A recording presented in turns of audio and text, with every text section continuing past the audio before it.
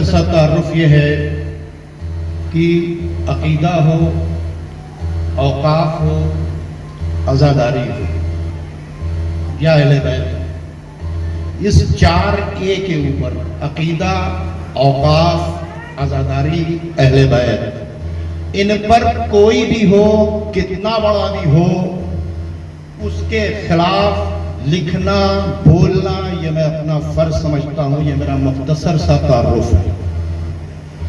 चूंकि अकीदे की दिफा निहायत जरूरी है, औकाफ की दिफा निहायत जरूरी है, अहले बैत की दिफा निहायत जरूरी है, अज़ादारी की दिफा निहायत जरूरी है, और इन सब चीजों की दिफा के लिए एक बोर्ड का बनना बहुत जरूरी है, वो भी नेशनल लेवल पर। दूसरी बात यह है कि डिवीजन ऑफ वर्क होना चाहिए। इंटेलेक्चुअल बोर्ड हो, एजुकेशनल बोर्ड हो, फाइनेंशियल बोर्ड हो, लीगल बोर्ड हो। कल मेरा दिल खुश किया, मैं यहां पर आया क्यों, पहले तो ये बता दें, और मेरा ताल्लुक क्या है। औकाफ की लड़ाइयां मैं लड़ रहा हूं। वसीम मुर्तद का नाम आपने सुना होगा, खुदा की बेशुमार लानत हो उस पर। उसने उत्तर प्रदेश में लूट करवाई वक्फ की, उसके खिलाफ मैंने सेंट्रल वक्फ काउंसिल की इंक्वायरी सेटअप करवाई, उसके खिलाफ डिस्ट्रिक्ट लेवल इलाहाबाद की इंक्वायरी सेटअप हुई, उसके खिलाफ माइनॉरिटीज कमीशन में जांच सेट करवाई गई, और 36 पन्ने की रिपोर्ट की आई, जिसमें पता चला कि उत्तर प्रदेश में इस शख्स ने अरबों रुपए की प्रॉपर्टी की लूट की। उसी में एक इमामबाड़ा शहर इलाहाबाद का 200 साल पुराना था। उस 200 साल पुराने इमामबाड़े को मुर्तद वसीम रिजवी, मिनिस्टर आजम खान, और जैसा कि मौलाना कल्बे जवाद साहब ने कल कहा था कि जब तक अपनी ताकतें शामिल नहीं होंगी तो कोई नुकसान नहीं पहुंचा सकता, वहां का एक बहुत ही जलील किस्म का मुतवल्ली उसमें शामिल हुआ, और मिनिस्टर, माफिया, मुतवल्ली और बिल्डर के नेक्सस से 200 साल पुराने इमामबाड़े को बुलडोज करके कमर्शियल मार्केट में चेंज कर दिया गया, और पता नहीं कौन सी टैबलेट खा के कौम सोती रही। कुछ लोग इकट्ठा हुए, और इकट्ठा होने के बाद आए, शौकत साहब आप कर सकते हैं, आप आगे आइए। मैंने कहा बेहतर है, लेकिन वो ना हो कि जिस तरह से अबू सुफियान हजरत अली के पास आया था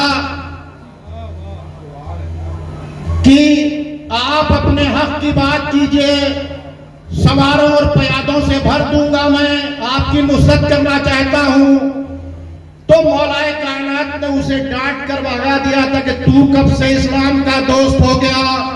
इसमें एक मैसेज भी है कि गलत ताकतों को सपोर्ट नहीं करना चाहिए। ये सीरत आइम्मा मासूमीन है। दुरूद पढ़े हज़रात।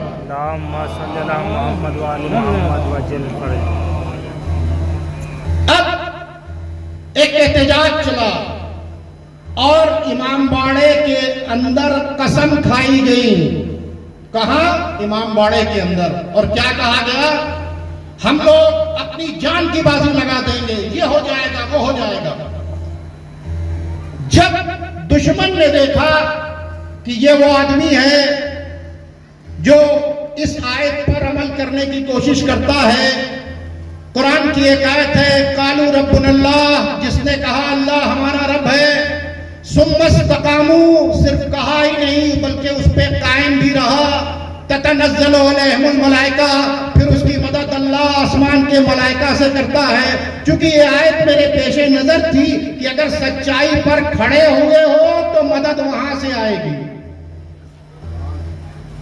इस आयत के पेशे नजर मैं उसमें खड़ा हुआ।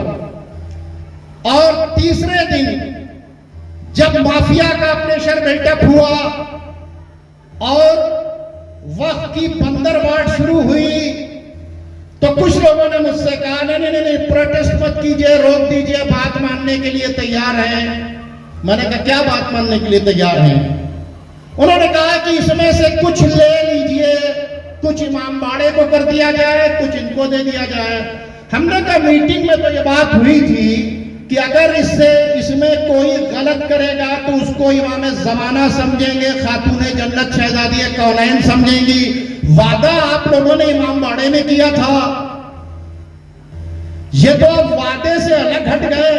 तो मैंने कहा एक बात सुन लीजिए, 1 इंच भी मैं इसकी नहीं दूंगा। बात तवज्जो से सुनिएगा। चौथे दिन उसी इमामबाड़े के अंदर कुछ उलमा और तमाम लोगों ने मिलकर यह फैसला कर दिया गया कि 2 दुकानें और तोड़ दी जाएंगी, बाकी किसको दे दिया जाए? जो 4 माला मंजिल बनी हुई इमारत उनको दे दिया जाए। अब जब ये बात हुई तो उसके बाद हमने कहा कि हमने अहद दिया था कि 1 इंच नहीं छोड़ेंगे। सब साथ हो गए, एक सुलह हो गई। और शर्म की बात यह है कि शाहनशीन पर पेशाब खाना बना हुआ था। 54 दुकानें, दुकानदार पेशाब कहां करेंगे? माज़अल्लाह, तौबा तौबा, शाहनशीन के ऊपर एक टॉयलेट बनाया गया था कॉमन। हमने उसको जब देखा किसी ने साथ नहीं दिया तो अकेले लेवल पर एप्लीकेशन दिया। और खुदा भला करे, इमाम जुमा मौलाना हसन रजा जैदी साहब का, उन्होंने कहा मैं तुम्हारा साथ दूंगा। मैंने कहा या हम लोग मरेंगे या इसे बचाएंगे। उस बीच हम लोगों ने मौलाना कल्ब जवाद साहब से बातचीत की।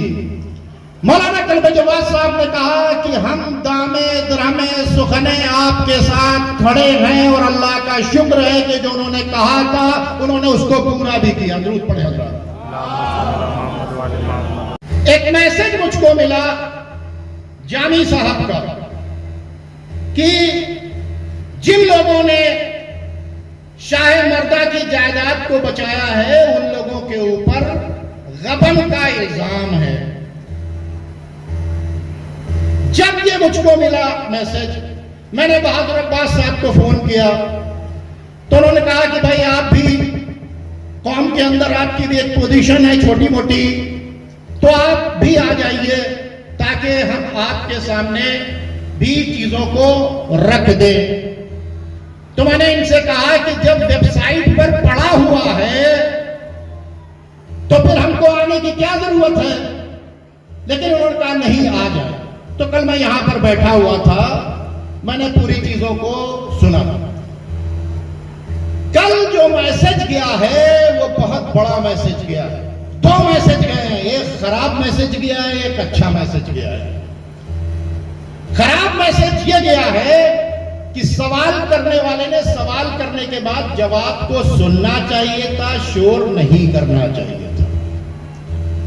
मैसेज ये किया है कि भाई अकाउंट जिसको चेक करना है, अकाउंट वाले यहां मौजूद हैं, लीगल मैं देखता हूं, तो पता चला ये काम जो आपको जमीन मिली है सिर्फ इस वास्ते मिली कि आपने लीगल बोर्ड भी बना रखा था, फाइनेंशियल बोर्ड भी बना रखा था, इंटेलेक्चुअल बोर्ड भी बना रखा था और आप ट्रांसपेरेंसी से अपने अकाउंट को पेश कर रहे थे।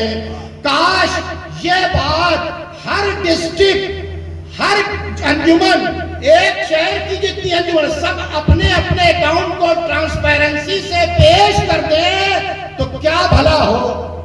लेकिन क्या किया जाए, जब अंदर चोर होगा तो सामने सफाई आ नहीं सकती।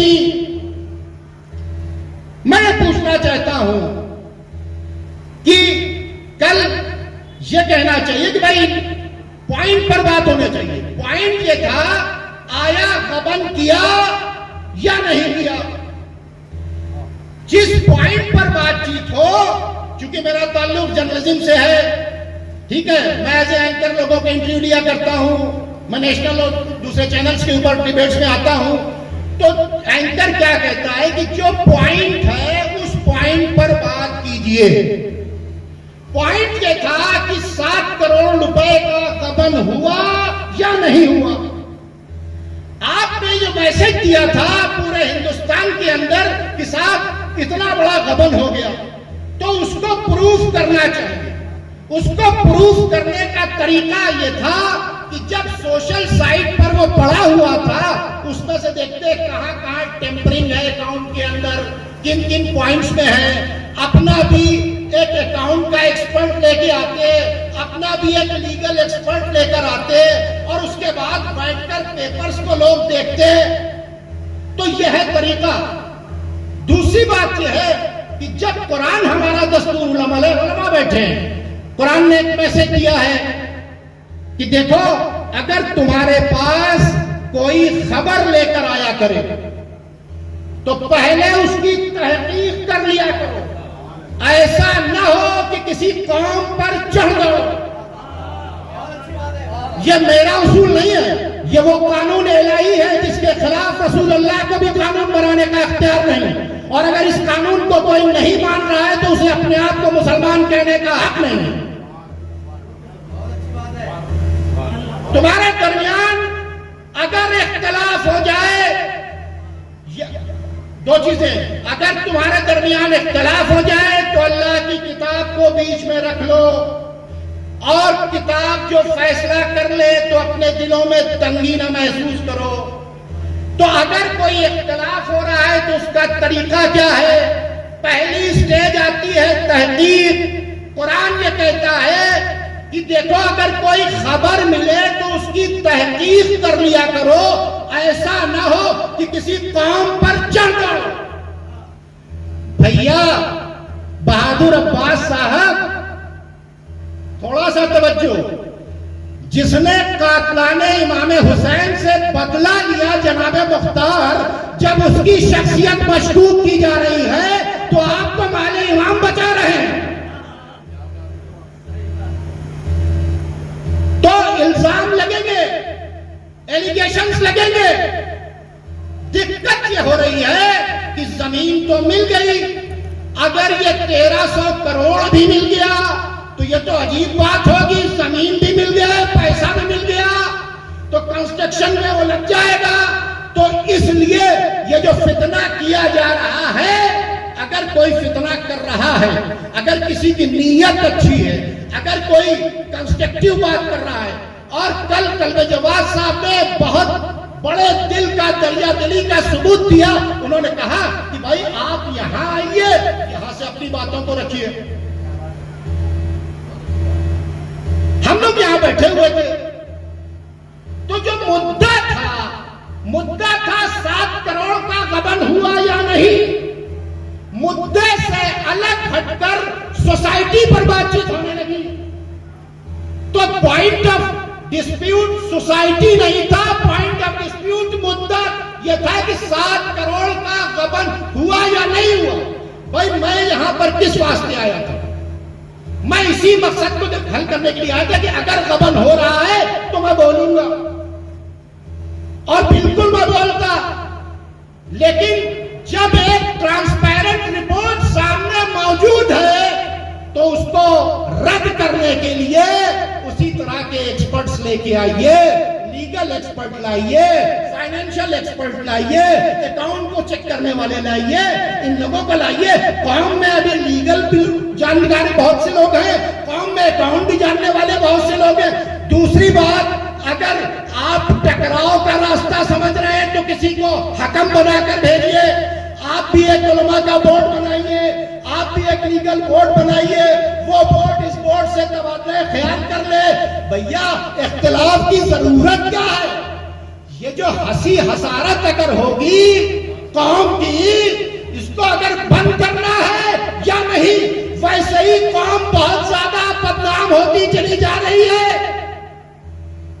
तो अगर मेरी हाथ जोड़कर गुजारिश है उन लोगों से भी कि जिनको अगर किसी तरह का कोई इतराज है तो एक अपना हकम बनाए, एक उलमा का बोर्ड बनाए, एक फाइनेंशियल बोर्ड बनाए, एक लीगल बोर्ड बनाए, उनके नुमाइंदे आए, एक्सपर्ट के साथ बातचीत करें। ये बेहतर है और यही तरीका कुरान का है।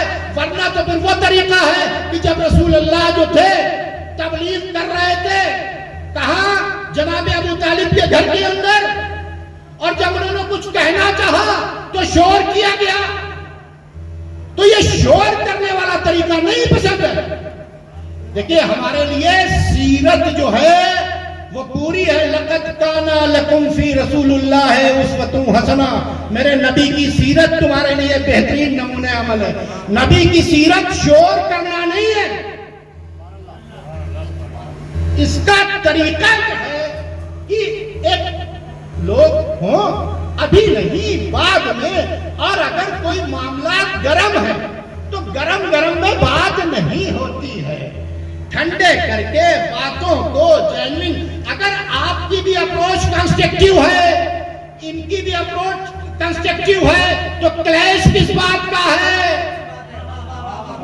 अप्रोच अगर होगी, चाहे वहां का वसीम हो चाहे यहाँ का वसीम हो, अगर दोनों वसीम को बचाने की होगी बात तो क्लैश तो होगा। न इधर के वसीम को बचाओ, अपने अपने करीबान में मुंह डालकर देखो। अगर वफ्द के इंटरेस्ट में काम कर रहे हो तो खुश हो, और वफ्द के खिलाफ काम कर रहे हो तो तौबा करो। वरना चाहे जिससे बच जाओ, ये जो अमाल नामा लिखने वाले हैं ना, ये तुम्हारी नीयतों को भी जानते हैं। मेरी गुजारिश है कि प्लीज, कौम एक समझदार और पढ़ी लिखी कौम है। इस कौम में आप लोग जो भी कीजिए सहूलियत से कीजिए। गुस्सा तो वैसे भी हराम है, गुस्से को अलग रख दीजिए। इत्तेहाद और इत्तेफाक से कंस्ट्रक्टिव काम को कीजिए। और मैं अपनी बात को खत्म कर रहा हूं इस शेर के साथ कि मुत्तहिद हो तो बदल डालो जमाने का मिजाज, मुत्तहिद हो तो बदल डालो जमाने का मिजाज, और मुंतशिर हो तो मरो शोर मचाते क्यों हो।